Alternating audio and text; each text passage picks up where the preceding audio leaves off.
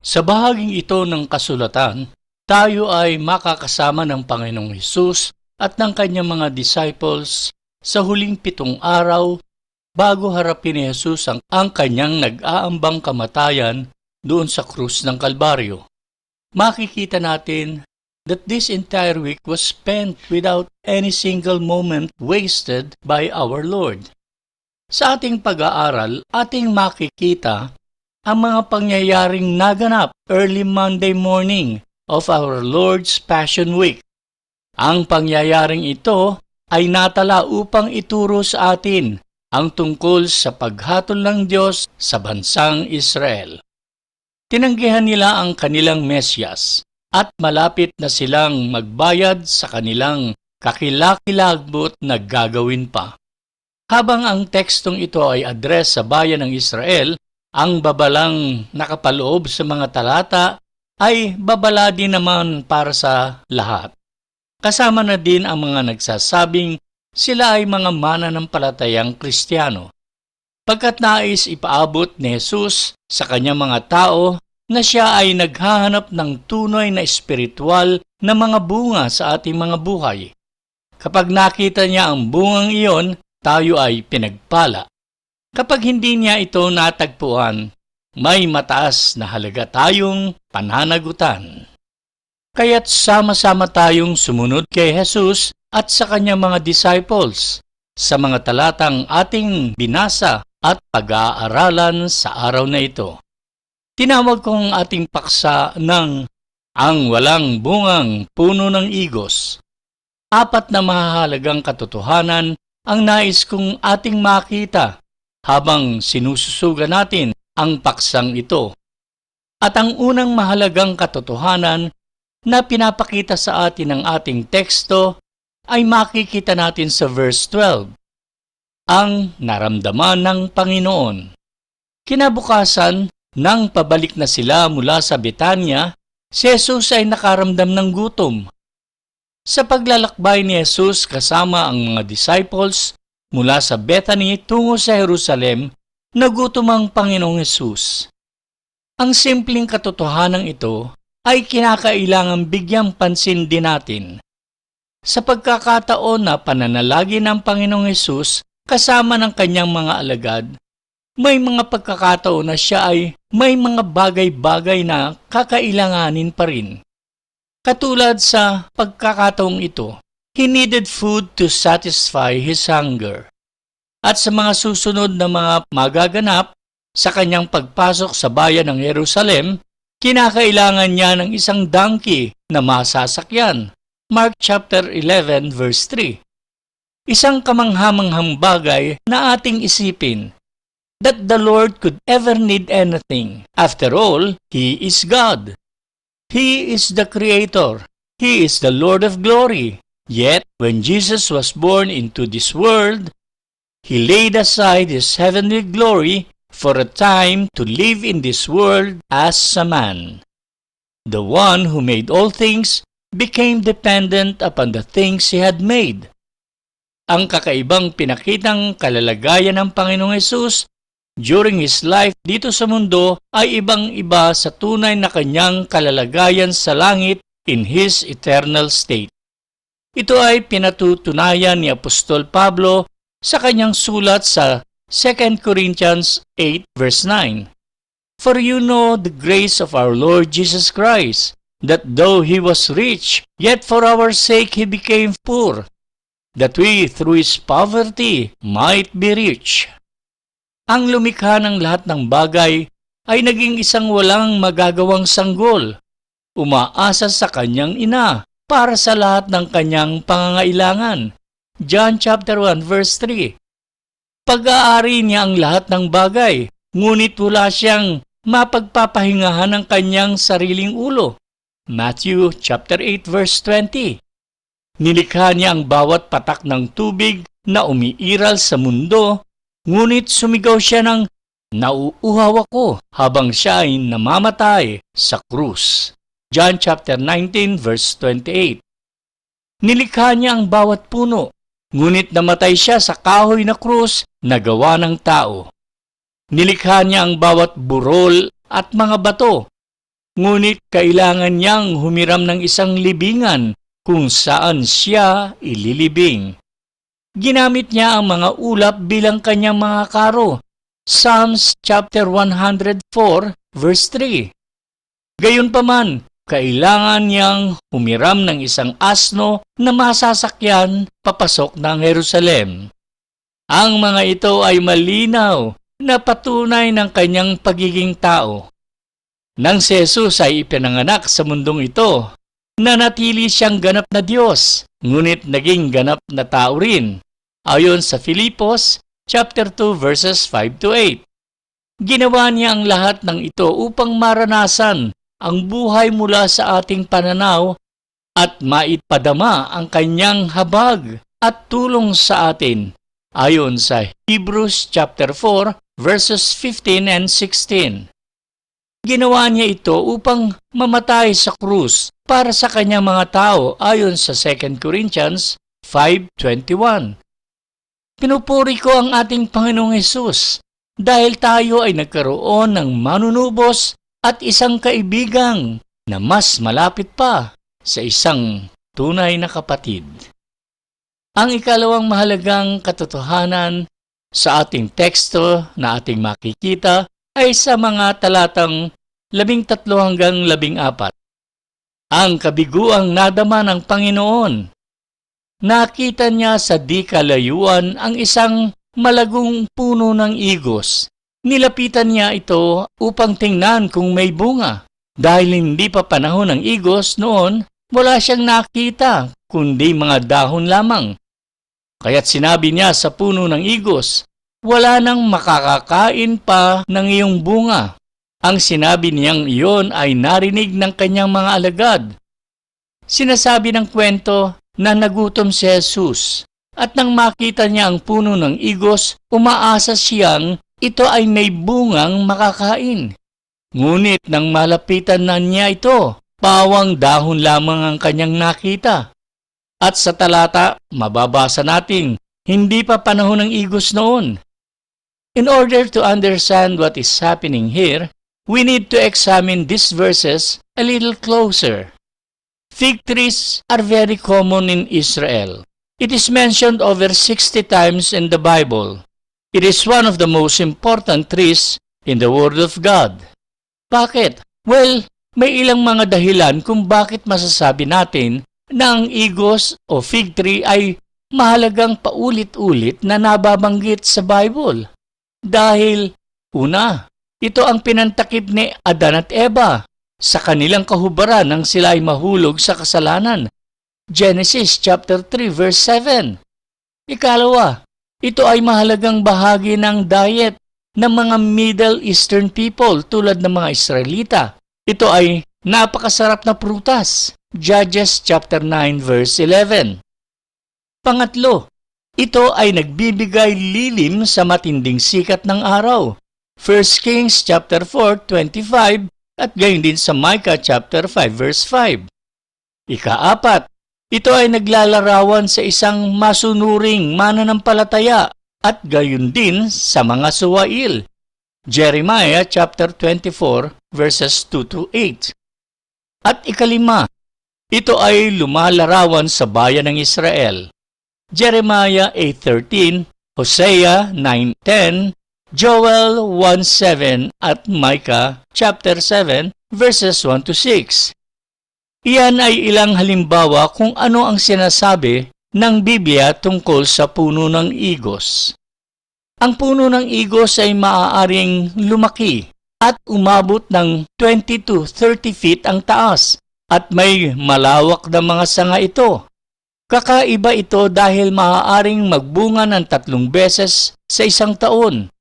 Ang puno ng igos ay maaaring magkaroon ng bunga, dahon at bulaklak ng sabay-sabay.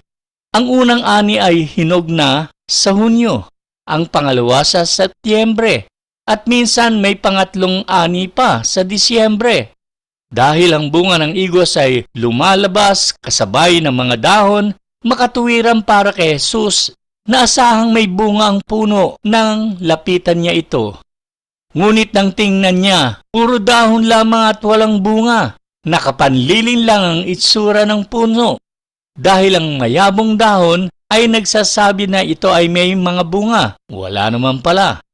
Nasa magandang lokasyon ang puno. Fertile ang lupa at ito ay nabibilad sa araw at ulan. Ngunit hindi ito namunga.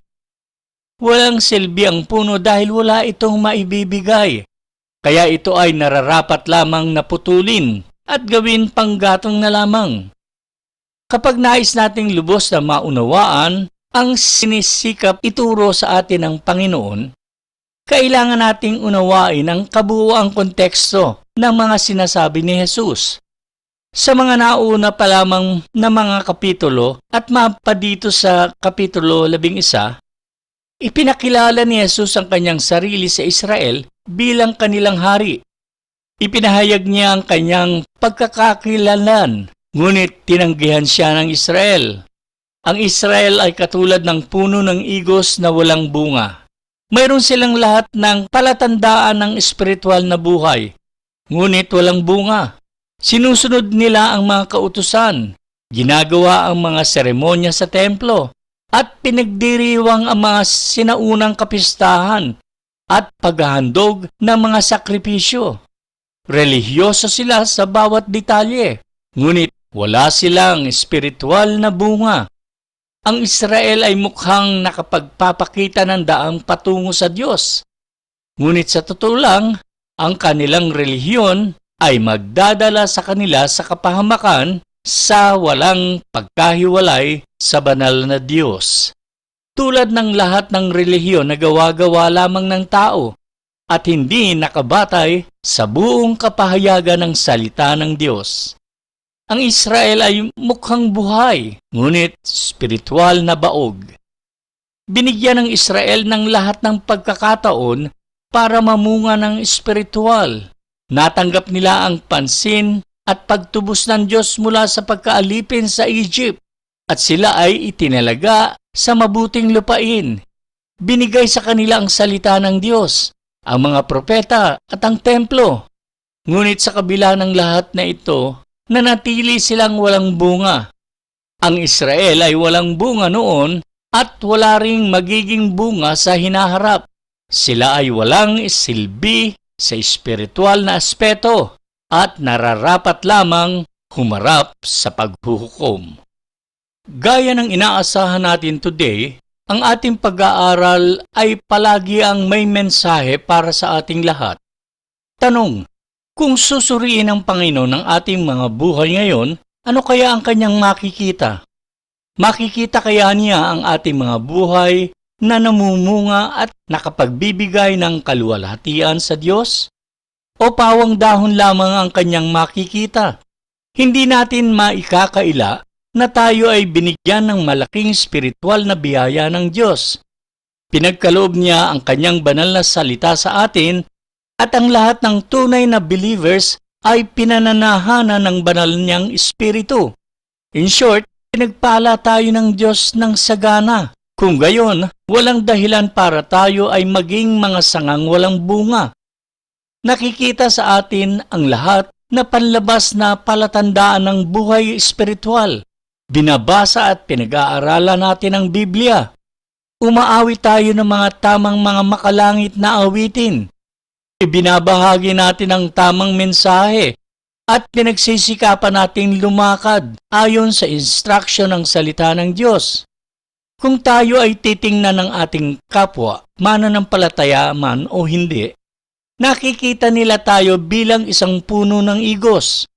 In short, may taglay tayong reputasyon sa ating komunidad bilang tinaguriang mga born-again Christians. Ngunit ang tanong, pawang dahon lang ba ang kanilang nakikita o may nakikita silang mga bunga? Sa mga sandaling ito, maglaan tayo ng ilang minuto upang suriin ang ating sarili sa harap ng Panginoon. Itanong sa inyong sarili ang mga sumusunod na tanong. Una, si Jesus ba talaga ang inuuna mo sa buhay?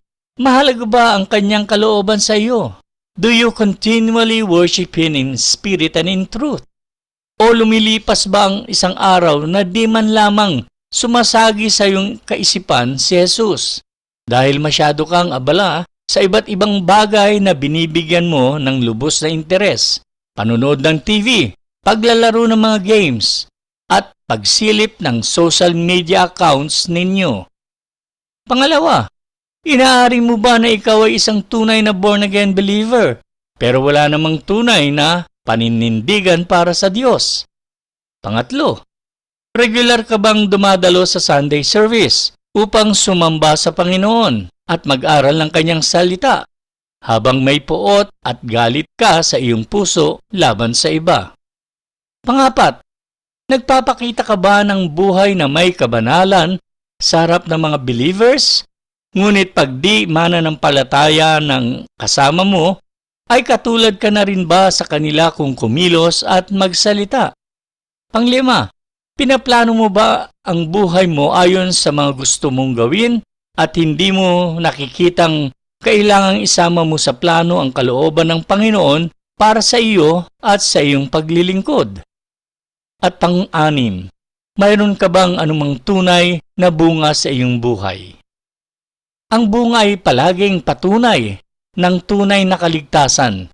Kapag ang isang tao ay naligtas sa biyaya ng Diyos, tiyak na magkakaroon siya ng bunga na nakapagbibigay kaluwalhatian sa Diyos. John chapter 15 verse 5. Ako ang puno ng ubas at kayo ang mga sanga. Ang nananatili sa akin at ako sa kanya ang siyang nagbubunga ng sagana, sapagkat wala kayong magagawa kung kayo'y hiwalay sa akin. Habang ang sanga ay bahagi sa puno ng ubas, ang sanga ay lubusan na magbubunga. At ito ang ilang mga bungang dapat na makita. Fruits to see in a true believer. First, a changed life. 2 Corinthians 5:17. Kaya't kung nakipag-isa na kay Kristo ang isang tao, isa na siyang bagong nilalang. Wala na ang dati niyang pagkatao, sa halip, ito'y napalitan na ng bago. Pangalawa, a vibrant witness. Acts chapter 1 verse 8.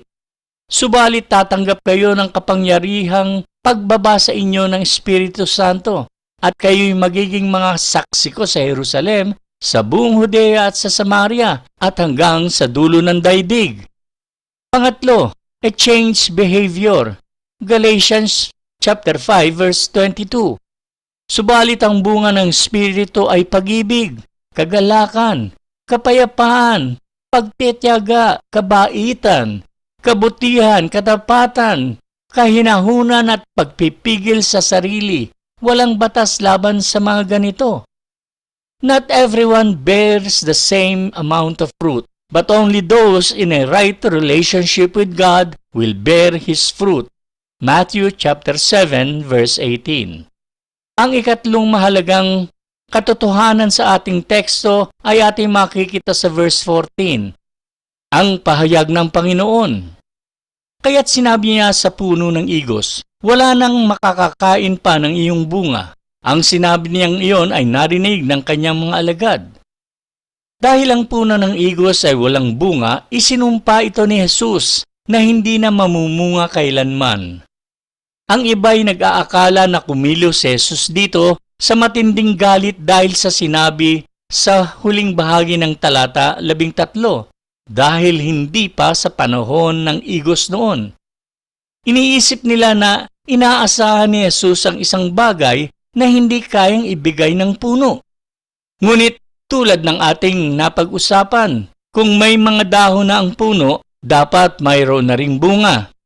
Isinumpa ni Jesus ang puno dahil sa pagpapanggap nito, hindi dahil wala itong bunga, kundi dahil nagpakita ito ng mga dahon na tila may bunga. Kung baga, ang puno ay nagbigay ng pangako na hindi nito kayang tuparin. Muli, ito ay larawan ng bansang Israel dahil ipinapangako nila sa kanilang pagtuturo ang buhay, ngunit naghatid lamang ito ng pagkakulong sa kanilang relihiyon at patay na pananampalataya. Kaya nga't sila rin ay sinumpa. Alam natin mula sa kasaysayan na hinatulan ang Israel dahil sa kanilang pagtanggi kay Jesus. Mataas ang kanilang binayaran para sa kanilang pagpapanggap. winasak ng mga Romano ang Jerusalem noong 70 AD at ang mga survivors ay nagkalat sa buong mundo. Nawala ang kanilang bansa sa loob ng halos 1,900 taon. Muling nabuhay ang bansa ng Israel noong 1948. Ngunit hanggang ngayon, sila ay nasa ilalim pa rin ng hatol ng Diyos. Kaya even today, patuloy ang pag-uusig sa kanila ng kanilang mga kaaway. Subalit darating ang araw, kapag bumalik si Jesus sa kanyang kaluwalhatian, ang sumpa ay aalisin at muling mamumunga ang Israel. Subalit sa ngayon, nagbabayad sila ng mataas na halaga para sa kanilang kasalanan at pagpapanggap. Paalaala ko lang na ang parehong senaryo ay maaaring mangyari sa ating buhay ngayon. Kapag sinasabi natin that Jesus is Lord and Savior of our lives, ngunit hindi nakikita ang bunga nito, maaari tayong bisitahin ng Panginoon. Sinasabi sa talatang 13 na ang puno ng igos ay malayo. Naglakad si Jesus papunta sa puno na iyon. Kaya't pupuntahan din niya tayo upang suriin ang bunga sa ating buhay. Kung tayo ay nagpapanggap at hindi nagbubunga ayon sa nais niya, ipinagmamalaki natin ang ating mga dahon ngunit walang bunga. Kung magkagayon, hahatulan o maaaring makatanggap tayo ng rebuke at pagdidisiplina mula sa Panginoong Hesus. Ang mga talata dito sa ating teksto ay karapat-dapat na masusing pagsusuri. Kailangan tingnan natin ito sa kabuuang konteksto. Kasama na rin ang ibang bahagi ng pagtuturo ni Jesus sa puno ng ubas sa John chapter 15 na binasa natin kanina. Sinasabi doon na kapag nakita ng Panginoon ang sangang walang bunga, aalisin niya ito. Hindi ito nangangahulugang puputulin niya ang sanga mula sa puno. Nangangahulugang ito na magsisimula siyang magtrabaho sa sangang iyon upang ito'y magbunga. Itataas niya ito at tuturuan itong lumago ayon sa kanyang nais. Kapansin-pansin na ang bawat sanga ay nakakatanggap ng atensyon ni Jesus. Lahat ng ito ay nagpapaalaala sa atin na ang mga nakakakilala sa Panginoon ay inaasahang maging mabungang sanga. Kapag hindi tayo namumunga, maaari nating asahan ng personal na atensyon ng tagapag-alaga ng ubasan sa ating buhay. Lalapit siya sa atin na may pagtutuwid upang ituro at sanayin tayo na maging mabunga para sa kanyang kaluwalhatian. Ito ay ayon sa Hebreo chapter 12 verses 5 to 11 at ganun din sa Pahayag 3:19. Kung susunod tayo sa kalooban ng Diyos para sa ating buhay, magiging mabunga tayong sanga para sa kanyang kaluwalhatian. Narito ang dapat nating makita ngayon. Naghahanap ang Panginoon ng bunga. Kung makita niya ito sa ating buhay, pagpapalain niya tayo at gagawin tayong mas mabunga pa. Kung hindi niya makikita ang bunga sa ating buhay, gagawin niya ang kinakailangan upang tayo'y magbunga. Ang tanong, ano ang kailangan upang ikaw ay maging mabunga? Ano ang kailangan gawin ng Panginoon sa iyong buhay upang lumabas ang kanyang bunga? Ito ang mga tanong na dapat nating pag-isipan ngayon. Ang ikaapat na mahalagang katotohanan sa ating teksto ay makikita sa verses 20 and 21. Ang pagpapatunay ng Panginoon. Kinaumagahan, pagdaan nila ay nakita nilang natuyo ang puno mula sa mga ugat nito. Naalala ni Pedro ang nangyari dito, kaya't kanyang sinabi kay Jesus, "Guro, tingnan ninyo, patay na ang puno ng igos na isinumpa ninyo." Narinig ng mga alagad ni Jesus nang isumpa niya ang puno ng igos sa verse 14. Kinabukasan habang dumaraan sila, nakita nila na ang puno ng igos ay natuyo mula sa ugat. Tinawag ni Pedro ang pansin ng Panginoon sa himalang ito. Alam ng mga alagad na may mahalagang aral ang himalang ito. Pinakikita dito ang kapangyarihan ng Panginoon sa lahat ng bagay, kasama na ang kalikasan. Karaniwan kapag natutuyo ang isang puno, nagsisimula ito mula sa itaas pababa at ang ugat ang huling namamatay. Pero hindi sa kasong ito. Isinumpa ni Jesus ang puno at ito'y namatay mula sa ugat pataas. Ito ay larawan ng ganap ng pagkawasak. Muli ang punong ito ay larawan ng Israel. Hinatulan sila ng Panginoon dahil sa kanilang pagpapanggap at pagtanggi sa Mesiyas. Sila ay nawasak mula sa ugat pataas. Ito ang mensahe ni Juan Bautista sa Israel. At ngayon, ang palakol ay nakalagay na sa ugat ng mga puno. Kaya't ang bawat punong hindi nagmubunga ng mabuti ay pinuputol at itinatapon sa apoy. Matthew 3 verse 10. Hindi palagi ang ganito ang Israel. May panahon na sila ay mabunga at nagbibigay ng karangalan sa Panginoon. Ngunit ngayon, sila ay nasa estado ng pagtanggi at pagpapanggap at tiyak na ang kanilang kapalaran. Sila'y isinumpa at sila'y mawawasak. Paalaala lang, ang parehong Diyos na kayang iligtas ang isang makasalanan at pagpalain ang kanyang buhay, ay siya ring Diyos na hahatol sa buhay na iyon kung kinakailangan. Kung igagalang natin, susundin, at paglilingkuran ng Diyos, pagpapalain na tayo ng sagana. Kung tatanggihan nating igalang, sundin, at paglingkuran siya, dadalhin niya ang kanyang pagtutuwid sa ating buhay. Ang Panginoon na kayang punuin at gamitin tayo ay siya ring kayang mag-iwan sa atin ng tuyot at walang laman. Siya ay may kapangyarihan pagpalain tayo at siya rin ang may kapangyarihan sumpain o hatulan tayo.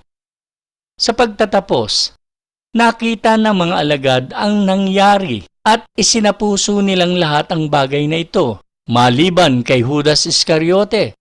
Siya ay katulad ng Israel. Siya ay may mga dahon ngunit walang bunga. Kasama-sama siyang nangaral, nagpapagaling, at nagpalayas ng mga demonyo, Luke chapter 9 verses 1 to 6. Pero lahat ng ito ay pakitang tao lamang, puro pagpapanggap.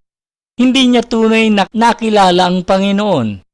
Kaya't sa mga nakikinig ngayon, siguraduhin mong kilala mo si Jesus at ikaw ay may kaugnayan sa Kanya.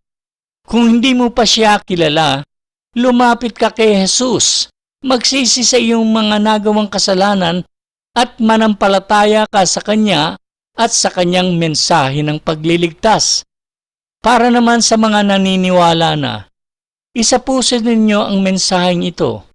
Ang Panginoon ay naghahanap ng bunga sa buhay ng Kanyang mga tao. Kapag sinusuri niya tayo, matatagpuan ba niya ang hinahanap niya? O makikita lamang niya ay pawang mga dahon lamang at walang bunga? Ito muli ang inyong lingkod, Brother Ed, ang masaganang pagpapala ng Diyos Ama, Anak at Espiritu Santo ay sumaating lahat ngayon at magpakailan paman.